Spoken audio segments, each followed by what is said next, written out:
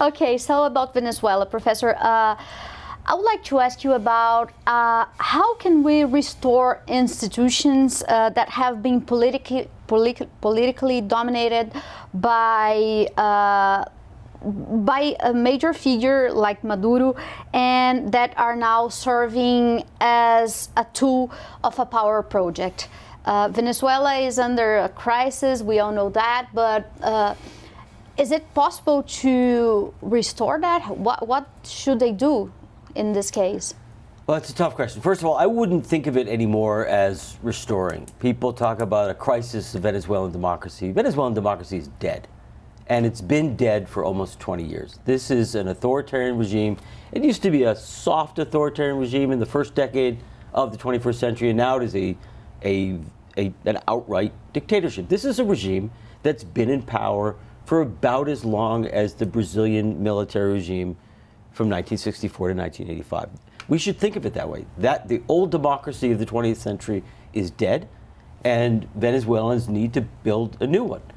Now, bringing down an established, a consolidated dictatorship like the Venezuelan one is difficult. And there's a lot of research that shows that it's easier to topple an authoritarian regime in the early years than after it's become established. So there's no easy recipe. There's no single recipe. If there were, the Venezuelans would have found it. The Venezuelan opposition, which has made a lot of mistakes in the past, did everything right in this election.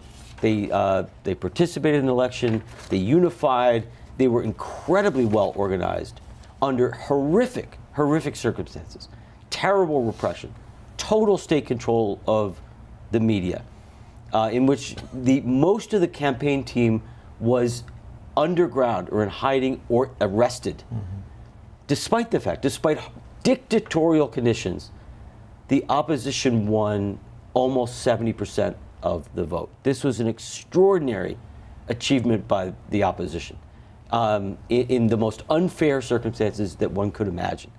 And they forced the Maduro government to engage in the most egregious electoral fraud in the modern Latin American history. I'm not exaggerating.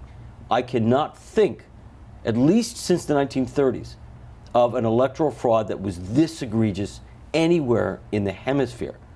And so one consequence of that we don't know what will happen to the regime. Maduro may survive. Dictatorships often have ways of muddling through and surviving. But it's been weakened because every single Venezuelan now, every Venezuelan citizen knows that 2/3 of Venezuelans voted for the opposition and the government nakedly stole the election. So every member of the police, every soldier, every government official who walks into the street every day and looks into the face of Venezuelan citizens knows that they know that the election was stolen. So there's a real crisis of legitimacy. Again, that's not necessarily enough to kill the regime, but it has weakened it.